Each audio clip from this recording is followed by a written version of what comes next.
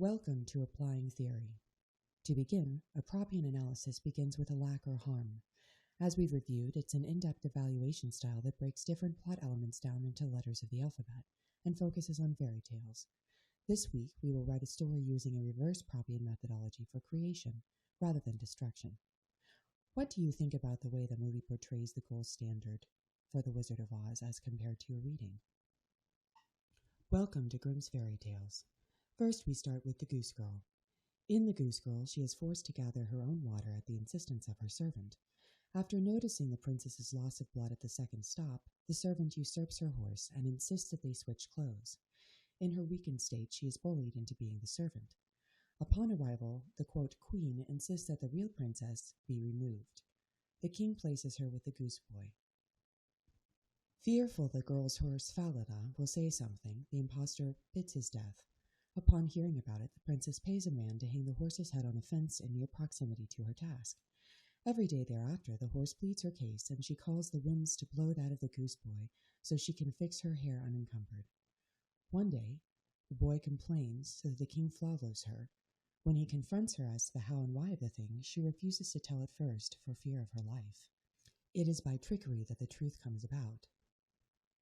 They dress her in raiment such that the impostor doesn't recognize her. At the banquet, they tell the impostor a version of the story and ask her what penitence would suit such a person. She chooses an extreme punishment, and it is applied to her. The Raven. A queen is exhausted and wishes her baby become a raven and fly away. The girl stays in the woods, an enchanted raven, until she is rescued. Her rescuer fails to help her 3 times because he does not fast as she requested. On the 3rd day, she leaves him a ring, supplies, and a note asking him to find her at a castle. On the way, he encounters giants and robbers, all of whom he overcomes with wit and cunning. He then saves the princess, and they are married.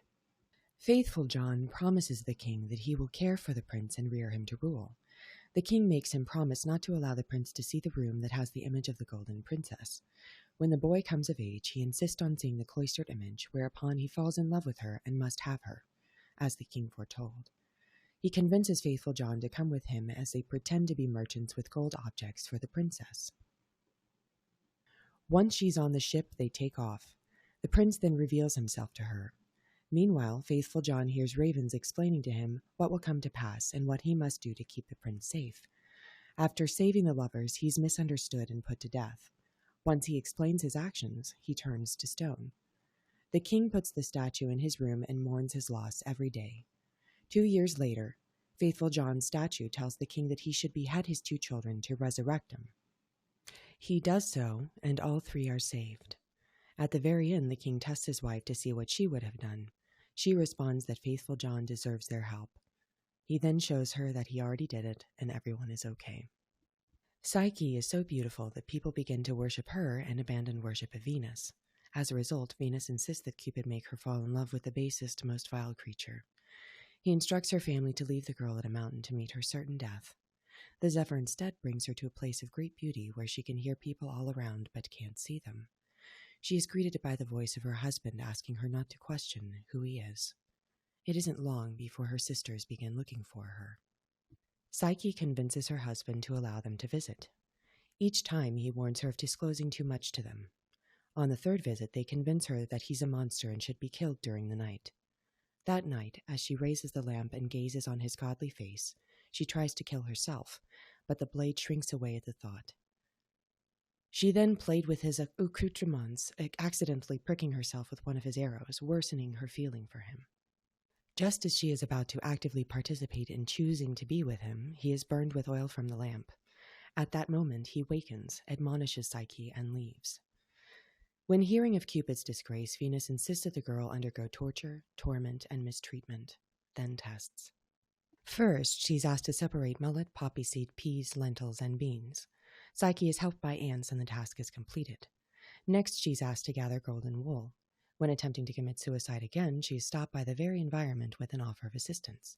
This time, the green-growing reed offers advice. She heeds it and successfully completes the task. She's then asked to obtain icy water from a dangerous place. There she is assisted by the swooping eagle, indebted to Cupid. Finally, she is asked to bring a box to Proserpine and request a scrap of her beauty. Thinking that jumping from a tower would be the fastest course of action, Psyche sets out just to do that. When she arrives, the tower assists her by revealing the actions she will be required to do to complete the task and finish all of her tasks. She almost completes the task but opens the box, ignoring one of the instructions, resulting in her paralysis. Cupid, however, comes to her aid so that she may complete her last trial. At this point, Cupid must seek counsel with Jove. Ultimately, Psyche is welcomed into the pantheon to be with Cupid. While she only has 4 labors as opposed to Heracles' 12, we can definitely see that her labors were spitefully situated and more urgently opposed to her capabilities. Furthermore, she, unlike Heracles, has feelings of self-doubt and lack of self-worth. While some might view this as piousness, I will state a view of this as self-worth. In either case, she most certainly exhibits that propensity where Heracles does not. I bring this up to identify that although her labors were fewer, they were no less difficult for her to complete than Heracles' tasks. Again, where Heracles was hoping to become a god, Psyche is only trying to do the right things. Fortunately, she has the help she needs and is successful. For our discussion this section, you'll create and contribute your own fairy tale, complete with your Proppian formula. Your response will give your classmates direct feedback for this contribution. This feedback will be collaboration style, so they have the benefit of your ideas as well.